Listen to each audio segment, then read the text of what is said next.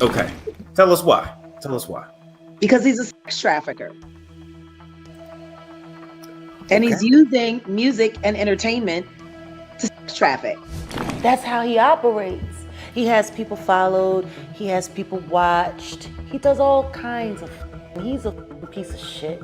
Too much money. I feel bad for the kids. In her bombshell interview, where she called out several members of the Hollywood elite for their shady and occultic practices, Jaguar Wright revealed that Diddy is a trafficker for Hollywood elites, which kind of seems a bit too heavy to be entirely accurate, however, in light of the lawsuit Cassie. Diddy's ex filed against Diddy, accusing him of saying and trafficking her, among other god-awful things. It seems like Jaguar Wright may have been onto something the rest of us were slow to catch on to. What did Jaguar Wright really say about Diddy, and what's the scoop on Cassie's allegations of Diddy in the lawsuit she filed? If you're curious about just how deep this whole Diddy BS runs, take a seat while we uncover all the dirty details. Their father is the devil. He the devil. In her interview with real-life production, Jaguar Wright accused Diddy of trafficking for Hollywood elites, hosting strange parties where only sex and money change hands, and killing off anyone who attempted to expose him. Now, on any day, these are serious allegations to make against another person.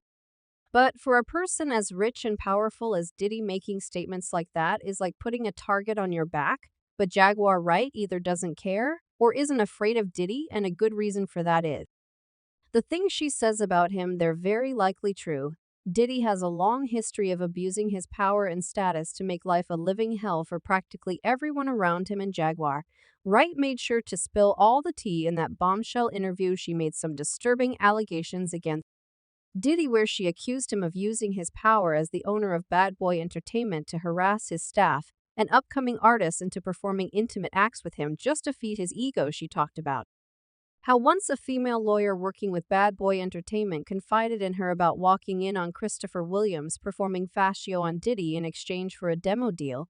According to Jaguar, the female lawyer, whose identity she concealed to protect her, was a brilliant young woman on her way to an even more brilliant career. She was a wonderful woman, and she was a brilliant attorney, and she thought she was signing up for the ride of her life. You know, she was going to be head of legal at Bad Boy Entertainment, and be a female like that was a big deal until she accidentally walked in her boss's office and caught him getting head from a movie star, which he said was done for nothing more than an exercise of power. She was so traumatized by that experience that she had to leave the company. But what that lawyer experienced pales compared to what Cassie went through at Diddy's hands, evident by the court documents from the lawsuit she filed against him. On November 16, Cassie accused Diddy of hacking. Keep it 100 with y'all. I was in a dark place for a few years, you know what I'm saying? And I have to give a special thank you, shout out, thank you, all that love. I gotta give a special thank you to the people that was really like there for me. Bishop T.D. Jakes, my chief of staff, Christina Coram, KK, Lorianne Gibson, keeping me free. Yeah, and also Cassie for holding me down in the dark times. Love. In 2022, when Diddy received the Lifetime Achievement Award at the BET Awards, he made this heartfelt speech giving shout-outs to everyone who was there for him over the years, including Cassie, whom he praised for holding him down. But the truth is, Cassie was allegedly the one being held under Diddy's violent behavior and sick fantasies. The court documents revealed that Cassie endured dark times with Diddy, where she was trapped in a cycle of abuse, violence, angst, trafficking, some of the abusive things listed in the document that Diddy inflicted on Cassie, who is referred to as Mrs. Ventura throughout the document, includes Syed M. Ventura in her own home after she tried to leave him off and punched, beat, kicked, and stomped on Miss Ventura, resulting in bruises, burst lips, black eyes, and bleeding. Blew up a man's car after he learned that he was romantically interested in Miss Ventura, forced Miss Ventura to engage with male workers off, and filming he encounters, ran out of his apartment with a firearm in pursuit of a rival industry executive whom he learned was nearby, demanded that M. Ventura to carry his firearm in her purse just to make her uncomfortable and demonstrate how dangerous he is, and introduced M. Ventura to a lifestyle of excessive alcohol and substance abuse, and required her to procure illicit prescriptions to satisfy his own addictions. It was so much dirt in there that the lawsuit had a trigger warning on the front page. Now, you know, lawyers are one of those who have witnessed all types of nasty, downright dark stuff, so for them to feel triggered by Cassie's case, you know it was a lot. Keep in mind that Cassie and Diddy first met in 2005 when she was 19, and he was 35. That was when she got signed to Bad Boy Records, eager to begin her music career and make a name for herself, only to find herself in a toxic, substance-fueled, predatory relationship with a man who was almost twice her age and several times more powerful than her. When Cassie initially started hearing rumors that Dee might be interested in her, she actually expressed disgust at the idea of hooking up with someone that much older than her. This was back in 2006, when Diddy invited Cassie to perform his track, Come to Me With Him, at the MTV Europe Music Awards in Copenhagen, Denmark. However, Diddy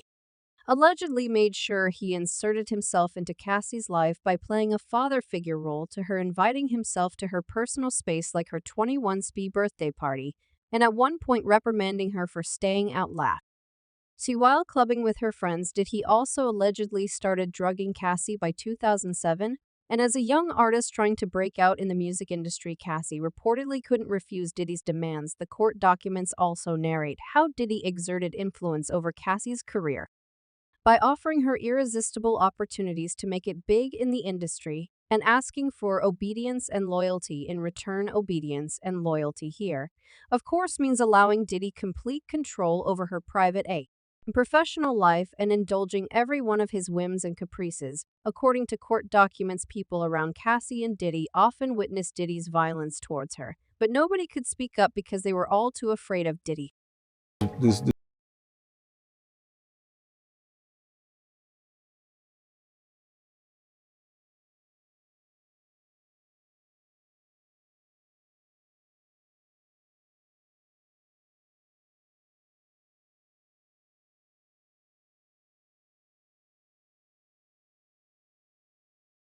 It brings to mind this video where an associate of Diddy was narrating how Cassie started wearing this hairstyle. At the time, it seemed like Cassie was trying out this new edgy style that was maybe a little out of character for her, but was ultimately a serve, so all is well. Now we know that the reason why Cassie wore that hairstyle was that Diddy saw it on another woman and immediately thought, I have to make Cassie do this. How Cassie responded shows she was under heavy control and manipulation by Diddy.